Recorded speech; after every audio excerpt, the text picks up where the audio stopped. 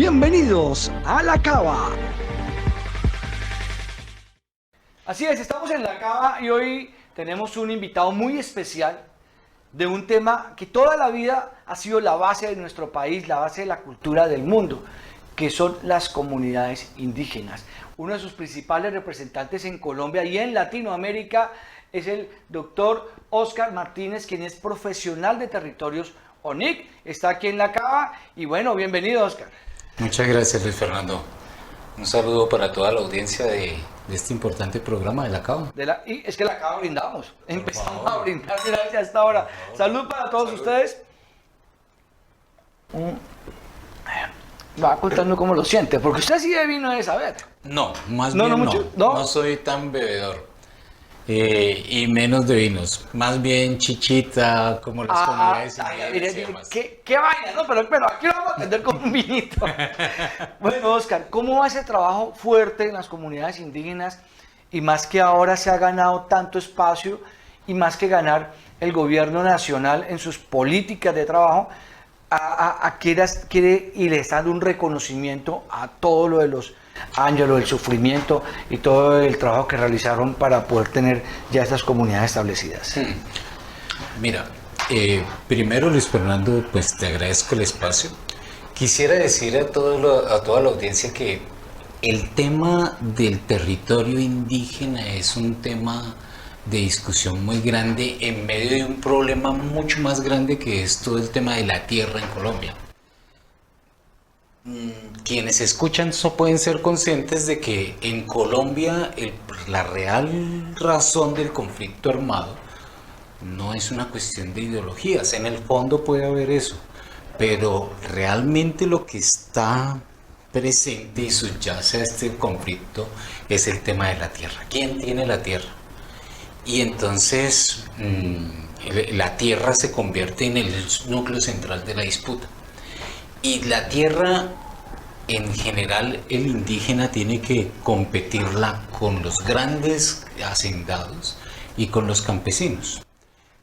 Se ha hecho ver históricamente que la disputa es entre la tierra de los indígenas o los campesinos, pero la realidad es otra. La realidad es que realmente la tierra está acumulada en manos de unas pocas familias en este país.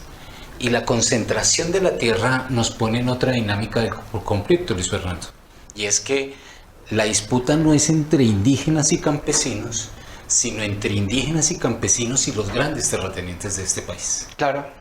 Entonces, cuando nosotros miramos eso, estamos hablando de que trabajar por el derecho de las comunidades indígenas a la tierra, como quienes están trabajando por el derecho a la tierra de comunidades campesinas y abogar por una reforma agraria, realmente nos pone en clave de poder transformar este país al punto de encontrar una paz verdadera y estable, que pueda eliminar la razón principal por la cual entramos en conflicto durante más de 6 décadas.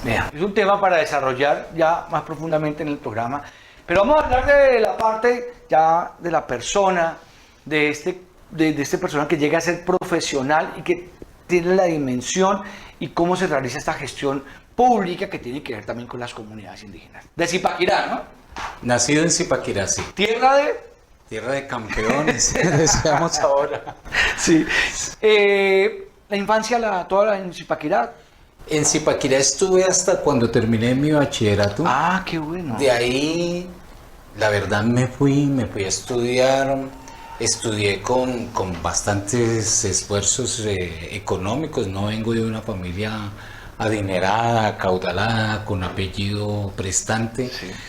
Pero creo que eso me enorgullece mucho también, el poder haber estudiado y demás. Eso es importante, con muchos esfuerzos. Eso es importante, sentirse uno orgulloso de lo que sale adelante. Alguien, no sé si en la época el otro decía, no, usted no hable usted mismo, ¿no? Pero si es que le tocó uno meter la ficha duro, pues hagámoslo. Para dar un ejemplo, ¿dónde hizo la primaria? Yo la primaria la hice en un colegio de los lasallistas. ¿Ah, sí? Sí, en el colegio de La Salle. Y el bachillerato lo terminé en el Colegio Santiago Pérez de Zipaquirá. Bueno, salúdenlos, porque yo creo que los van a ver todos. Esos sí van a estar pendientes del programa. Pues no sé en qué lugares del mundo se encontrarán, pero claro, desde aquí un saludo para todos, por supuesto. ¿Quién fue ese profesor o esa profesora, ese maestro o maestra que lo llevó a usted a ser líder? Porque es que eso se va viendo desde el colegio y le dicen, no le dicen directamente, usted puede ser líder, sino que lo va motivando. ¿Usted recuerda? Sí, yo creo que la rectora del colegio, ¿Sí? y más que porque me motivara a ser líder, era porque realmente restringía el asunto. Entonces, Era el contrario, era la rebeldía. ¿Ve? Porque entonces tú sabes, Luis Fernando, que uno de adolescente cuando le dicen que no, sí, es cuando más lo hace. sí. Yo creo que pasó algo parecido conmigo, o sea, la rectora en su momento, yo creo que ya habrá fallecido, no sé, pero nos restringía bastante. Entonces creo que eso fue una de las cosas que también motivó a que empezara a moverme mucho. Otro asunto muy clave también fue el barrio donde me empecé a formar. Sí. O sea, era un barrio en formación, el barrio El Potosí. Entonces era un barrio que tenía muy pocas casas, se estaba conformando la Junta de Acción Comunal, formé parte de un comité de jóvenes. También, pues, por supuesto, por el tema de la vocación religiosa asumida también, estudié Filosofía y Letras en la Universidad Santo Tomás de Aquino. Sí. Después estudié también Teología en la Universidad de la Florida, en los Estados Unidos. Sí. Y estudié también una Antropología Cultural, una especialización ya Ah, qué bueno. en la Universidad Javeriana. Qué bueno, el trabajo que hacen los claretianos me parece bien importante, ¿no? Sí, creo que pues es de las comunidades religiosas que en su momento se distinguieron por ir a la vanguardia y por asumir una postura religiosa que no era contestataria, que se vive de esa manera, Sí. pero que estaba más preocupada de cumplir con todos esos conceptos que nos había propuesto el Vaticano II y de ser una iglesia que no estuviera encerrada, ensimismada en los altares, sino una iglesia, la propuesta del Vaticano II es una iglesia comprometida con la solución de los problemas del mundo, el hambre, la guerra, el conseguir la paz, el que nos veamos como una sociedad de iguales. Una comunidad muy de campo, ¿no? Muy de estar en el campo con la gente. Sí, e incluso en las ciudades, pero en las fronteras, es decir, trabajando con las personas en condición de calle, trabajando con las personas que son rechazadas por la sociedad, la persona farmacodependiente, es decir, estando en la frontera y no tanto encerrado en las iglesias esperando que la gente llegue a la misa dominical. Exactamente. Bueno, ¿cómo pasa ya a liderar este proceso de las comunidades indígenas? Dentro de la comunidad yo estuve en Ecuador por algunas razones también del conflicto armado. Entonces estuve en el vecino país de Ecuador. Allí estuve en la provincia de Cotopaxi. Sí. Estuve un buen tiempo compartiendo también con los indígenas de la nación Maca. Un desafío muy grande. Y después cuando ya regresé pues con una corporación de los claretianos, yo me retiro de la comunidad pero sigo vinculado a la misma. Estuve acompañando procesos también en los llanos orientales con comunidades indígenas de la etnia Sicuani, Sali, Apiapoco, Cubeos. Y luego, digamos también, el comisionado Alfredo Molano me pidió favor de poder estar en su equipo de trabajo y estuve trabajando en la Comisión de la Verdad también como enlace de todo el tema de la altillanura. Eso me llevó también a que pudiera tener un mayor contacto con las etnias y con sus problemas y sus historias. Una realidad es que uno ve desde afuera. Vamos a un cortecito, estamos terminando ese primer bloque y cuando regresen vamos a conocer ya qué es lo que se ha desarrollado o lo que Óscar ha desarrollado desde su trabajo hacia las comunidades y lógicamente algo bien importante, todo esto que es, hablamos de la gestión de proyectos y por el alto nivel, porque se necesita tener los contactos para poder salir adelante. Salud, mi estimado doctor Oscar, y nosotros ya regresamos con todos ustedes aquí a la cava.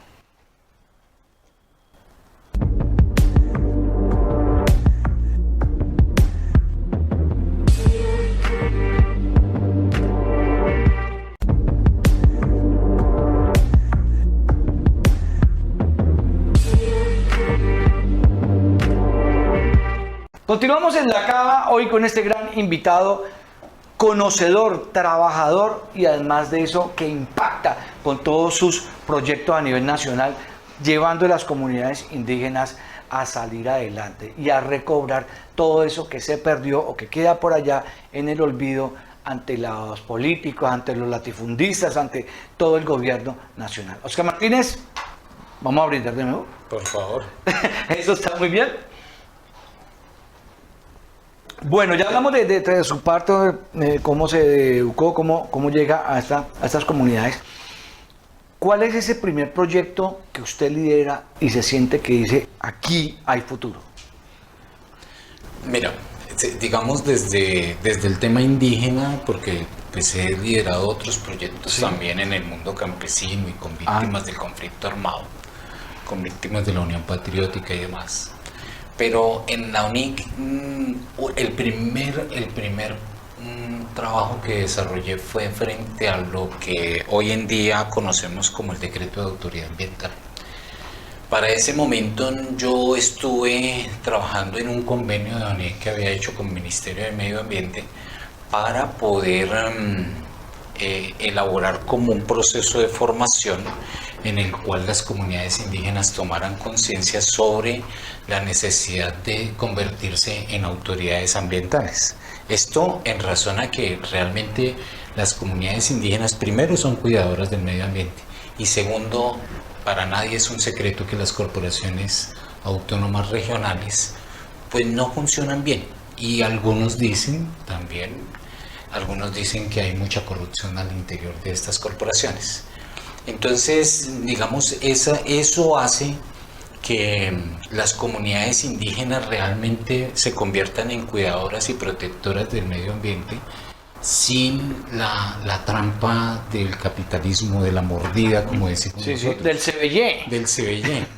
Entonces creo que es importante, estuve trabajando en eso, después ya me metí de lleno en todo el tema territorial, es un tema bastante complejo. Es un tema que me ha llevado a trabajar con los 115 pueblos indígenas que hay en el país. Y tenemos casos complejos, como por decir algo, menciono algunos nada más. En La Guajira tenemos comunidades que nosotros hicimos una línea de tiempo con las comunidades y pudimos establecer que ellos están hace más de 500 años establecidos en las goteras de Río Hacha. Sí. Pero cuando empieza el proceso de colonización y demás, aparecen unos bandidos, digo yo. No, y es que ya esa palabra se volvió ya cara para hablar. Pero aparecen unas personas que que empiezan a vender el territorio con ellos adentro. Entonces, claro, hoy en día están desalojándolos. Tenemos una administración municipal, o hemos tenido unas administraciones municipales y departamentales que no favorecen los intereses de los pueblos indígenas, que conociendo la situación incluso, pues no hacen nada para poder favorecer el derecho de ellos sobre el territorio. Tenemos situaciones complejas como la que está viviendo el pueblo Pasto y aquí también el pueblo de Pijao, con resguardos de título de origen colonial y republicano, que fueron desconocidos, en donde incluso tenemos cabeceras, o el pueblo Zenú, que tenemos cabeceras municipales enteras dentro de esos títulos coloniales. Son de las preguntas que nos hacemos hoy en día, cómo es que se puede hacer un título a una persona privada o a una empresa natural o jurídica, que a un natural o a una empresa jurídica, que habiendo un título anterior a eso. Y siguen desconocidos, y se los robaron. Y se los robaron. Entonces hoy en día tenemos, digamos, una pelea con el Estado colombiano, independientemente de quién sea el gobernante, para poder garantizar esos derechos territoriales. Tenemos otras comunidades, digamos, que están siendo desalojadas. Hoy en día, por ejemplo, para la próxima semana tenemos un desalojo en el municipio de Prado con una comunidad que es Aquiras del Sol, históricamente también presentes en el territorio, pero aparece un inspector de policía y dice que los va a desalojar porque es propiedad privada. Esos son de los problemas que nosotros enfrentamos a diario, digamos, realmente en el territorio o en el municipio de Puerto Gaitán, que es donde también hemos enfrentado muchas cosas, en donde la comunidad de los menonitas, una comunidad extranjera que llegó al país con motivaciones religiosas ultraconservadoras, Sí. y que tienen en estos momentos más de 60.000 hectáreas que han ido comprando, y esas 60.000 hectáreas las pusieron a producir en un terreno que era bastante árido e improductivo. Entonces tienen todo el dinero del mundo, tienen toda la tecnología, y hoy en día desde la gobernadora del Meta y los diputados del Meta plantean como el modelo de desarrollo agrícola a seguir, pero bajo la premisa de explotar o de sacar a las comunidades indígenas de estos territorios.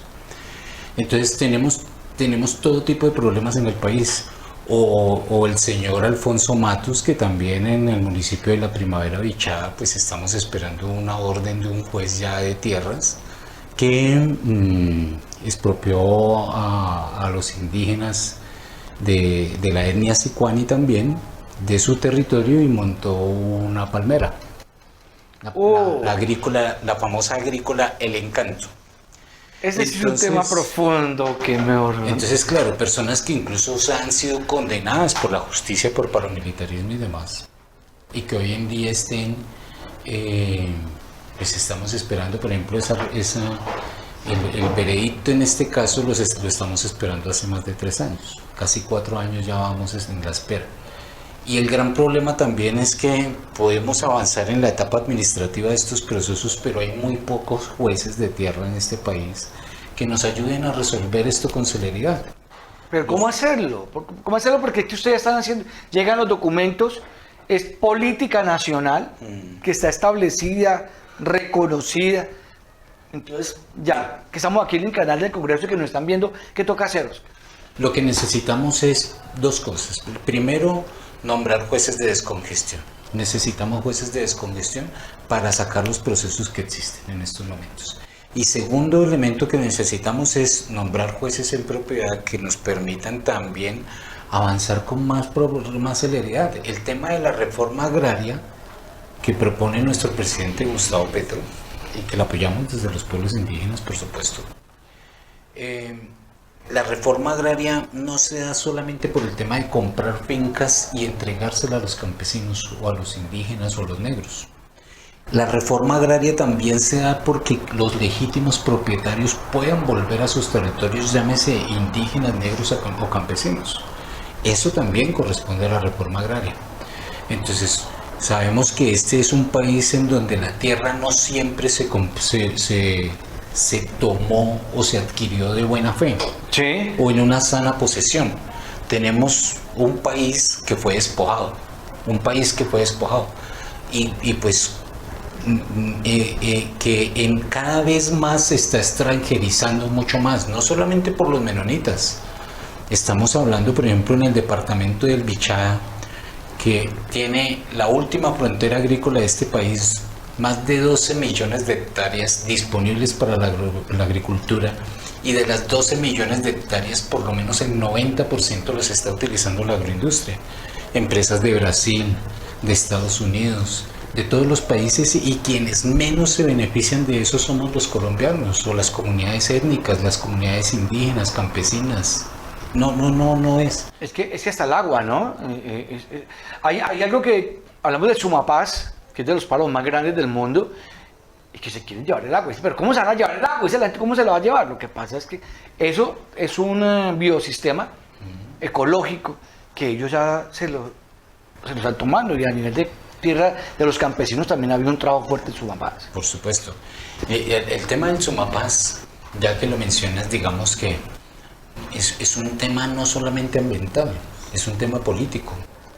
Es un tema político porque el Sumapaz se constituye no solamente en la gran reserva hídrica de Bogotá, sino del Tolima y de los Llanos Orientales. Exactamente.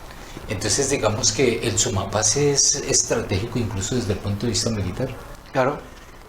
Si tú llegas al Sumapaz puedes tener acceso al sur del país, al oriente, occidente, por todo lado puedes llegar a Bogotá. Es que hay unos corredores que históricamente fueron, o no sé si sean aprovechados por la guerrilla, o sea, que no es un secreto a los que hemos conocido toda esta realidad de Sumapaz. Claro, claro. Y los diferentes grupos armados, no solamente Sí, todos. Bueno, vamos a pasar a hablar del Tolima, de esta comunidad Pijao, de la cual usted está apoyando fuertemente, están trabajando toda esta realidad de la salvaguarda, porque es que no es un proyecto, es una realidad que toca cuidar y aparte de cuidar, amarrarla, o sea, acobijarla. Sí, mira, el tema del plan de salvaguarda, los planes de salvaguarda son una orden de la Corte Constitucional, no es un invento, no fue algo que se hubiese ganado en Minga o bloqueando una vía o algo así. Es una orden de la Corte Constitucional que cuando mira todo el tema hace un control de constitucionalidad a todas las tutelas interpuestas por población desplazada, saca la sentencia T025. No estamos hablando de que ese plan de salvaguarda se tiene que concertar con la ONIC o con las organizaciones cualquiera que sea. Esos planes de salvaguarda se tienen que concertar con las comunidades de base. El primer elemento. El segundo elemento es que los planes de salvaguarda lo que buscan es, por un lado, restablecer los derechos perdidos por razón del conflicto armado y segundo, evitar que por la negación de esos derechos las comunidades indígenas vayan al exterminio físico o cultural, o los dos. En estos momentos son 34, o inicialmente el auto fueron 34 pueblos que cobijó y entre esos el pueblo Pijao. En pasado, hace unos años, la organización regional indígena del Tolima, el CRIT, hizo un diagnóstico participativo. Ese diagnóstico llegó y cumplió una primera etapa que puede decir identificar el problema, pero se necesitaba avanzar en ese mismo sentido. ¿Cuál era la solución al problema? ¿Cuáles son esos planes, programas y proyectos que se requieren para poder solucionar el problema y que el pueblo Pijao dentro de 50 o 100 años no vaya a desaparecer? Eso lo conversamos con el Ministerio de Interior en su momento y el Ministerio de Interior estuvo de acuerdo en financiar un convenio. Hicimos un convenio, el 031, y ese convenio ya lo terminamos, ya el pueblo Pijao decidió en asamblea mayoritaria con casi el 90% de participación de las autoridades Pijao de todo el país, decidió cuáles eran esos planes, programas y proyectos que requerían de verdad para poder salvar la cultura Pijao. Y una de las cosas que tanto la institucionalidad, Luis Fernando, como el pueblo Pijao en su conjunto ha definido es que quieren que eso lo hagan las comunidades de base directamente. Es que lo mejor. Es lo mejor. Y queda todo más claro, es más transparente. Exacto. Y de más impacto. Mucho más impacto y todo. Pero estamos en estos momentos, claro, acabamos hace 15 días y hasta esta semana pasada se puso en conocimiento del Ministerio de Interior esos planes, programas y proyectos. Entonces digamos que estamos en esa fase de alistamiento con el Ministerio de Interior para la implementación. Bueno, muy bien, mire, y este programa ojalá sea de apoyo para todo ese trabajo, que lo vean en el ministerio, que vean de lo que está hablando y que nosotros estamos presentes. Claro. Estamos siguiendo eso, vuelvo y digo, parte de la gestión pública somos los medios, que estamos pendientes de que sea solución, así como las comunidades, como el gobierno, como el desarrollo también de los profesionales. Claro, y fíjate que el pueblo Pijao no ha sido un pueblo inferior a los desafíos que ha tenido en su historia. Digamos que yo sí quiero rescatar que el pueblo Pijao ha sido como el gestor, el promotor, y casi que el fundador del movimiento indígena en Colombia.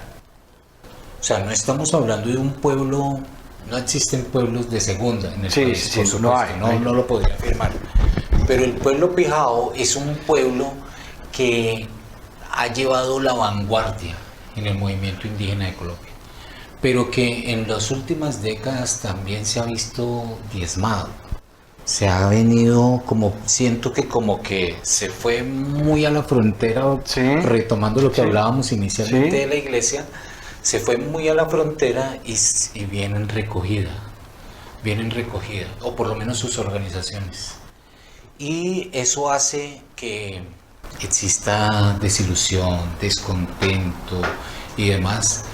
Y gran parte de las autoridades reunidas en la asamblea lo que nos han manifestado también en su momento es que ven con esperanza la implementación de este convenio y el plan de salvaguarda, porque les va a devolver el poder, les va a permitir volver a un sistema de democracia interna, no solamente en la toma de decisiones, sino también en cómo las decisiones se dan con información compartida para todas y todos. Y además que sean con indicadores positivos y responsables. Oscar, gracias por estar aquí en la Cava.